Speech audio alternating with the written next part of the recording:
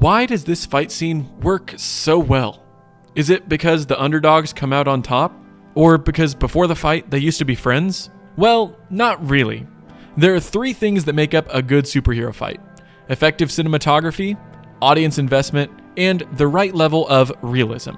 And in this video, we're going to talk about these three aspects of superhero fights, as well as how this fight scene from Captain America Civil War checks off all the boxes.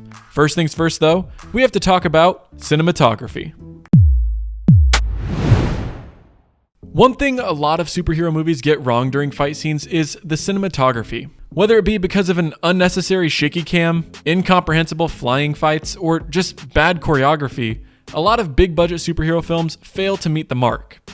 Take the shaky cam technique for example. In some cases, it can be used to perfection, such as in the church fight scene in Kingsman: The Secret Service.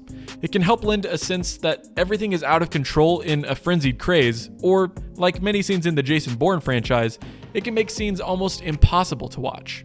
A lot of times, it seems shaky cam is simply used to cover up poorly choreographed fight scenes. Compare this scene from 2014's John Wick to this one from 2007's Bourne Ultimatum. In one, we have a highly stylized, brutal fight sequence where it's hard to miss a beat. In the other, we see rapid cuts and a screen shaking so badly it's difficult to see what's even happening. It's not too hard to tell that John Wick displays the epitome of what fight scenes should look like, and you can find echoes of the techniques used in John Wick in several superhero fight scenes.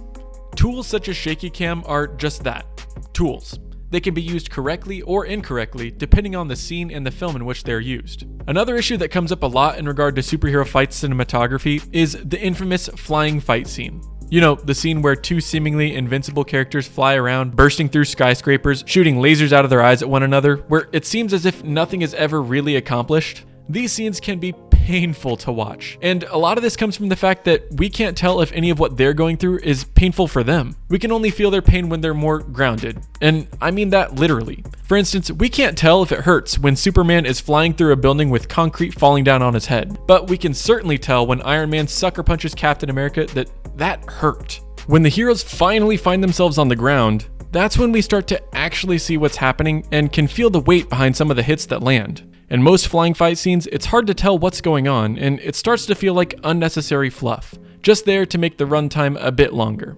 When the fights come to the ground though, it's more likely that we'll be able to feel what the characters feel, and it gets us more invested in their struggles. Which brings us to our next topic, audience investment. You can typically tell when an audience is invested in a fight scene if they wince when a big blow is landed or when a bone is broken on screen.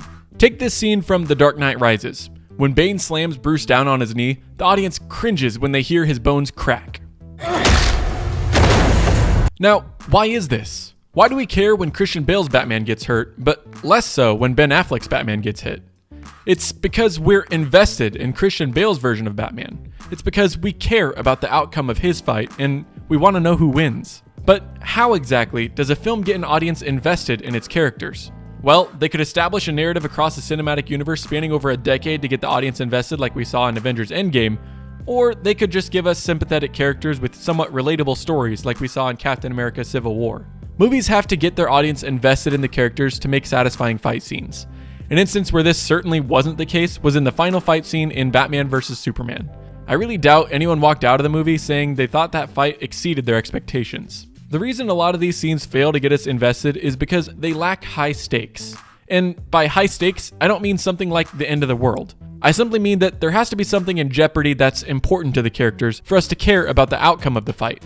And again, this doesn't have to be something like a bomb dropping on a major city or a giant about to rip itself out of the Earth's core. It could be something as simple as a man trying to protect his best friend. I think this kind of grounded approach to finding the right stakes for a given situation is essential, and it's rooted in the film's level of realism. Over the past decade, we've seen superhero movies try to create stories that feel more and more realistic with varying levels of success. The thought is that older superhero movies are too far-fetched for people to believe in and care about the heroes, so creators have tried to make their films as realistic as possible while still trying to make us believe that the characters in their films can fly and lift cars above their heads. While this thought has some merit, it should be taken with a grain of salt. One of the reasons why so many people love superhero movies is because they grant us a sense of escapism, and they allow us to suspend our disbelief for a couple of hours while we watch people in tights beat each other up. It's this suspension of disbelief that makes superhero movies superhero movies. Without it, we'd be left with no caped crusaders and no friendly neighborhood bug heroes. Finding the right level of realism for a superhero movie can be hard though. Let's take the character of Batman for example. In some cases, the realism in Batman movies can go too far, like with 2016's Batman vs. Superman, or not far enough, like with 1997's Batman and Robin. In others though, they can get it just right, like we saw in 2022's The Batman. This film finds the perfect balance between realism and escapism in a franchise where it's rarely been found before. The Batman gives us a realistic and believable character, while also allowing us to suspend our disbelief and escape our world into the dark, gritty underworld of Gotham City. Very few superhero stories have been able to find this balance, and it's difficult to make a good superhero fight without it. However, there are a few exceptions to this rule. For instance, the TV show Invincible finds itself very low on the realism spectrum, but it's still able to give us some amazing fight sequences because we're invested in the characters, because we receive some stunning animation and fight choreography, and simply because of the pure shock and awe its scenes present. On the opposite end of the realism spectrum though, we can find the TV show The Boys, which also gives us some incredible fight scenes even in its hyper-realistic environment. Again, this is because of audience investment, great choreography and cinematography, and the show's fresh take on the superhero genre. I believe that the best superhero fight scenes though are the ones that do all of this. They use great cinematography, they have a high level of audience investment, and they find the right balance of realism. One of the best examples of this can be found in the fight between Captain America and Iron Man in 2016's Captain America Civil War. This scene works so well for several reasons. For starters, it uses incredible choreography and camera work to show us all of the action at once, as well as the limitations of the characters in the space where they're fighting. It doesn't really rely on shaky cam because it would be unnecessary in a scene such as this. Instead, we get somewhat long takes that allow us to feel some of the weight behind the blows being landed, and it makes us care about the outcome of the fight because we're concerned about the characters on both sides. We feel sorry for Tony and empathize with his desire for revenge, but we also understand Steve's need to save his friend Bucky's life. Most of all though, this scene finds the perfect balance of realism. It's not completely one-sided, and Tony doesn't just immediately win with his superpowered armor. We see a fierce battle between equals, where their lives are all truly on the line.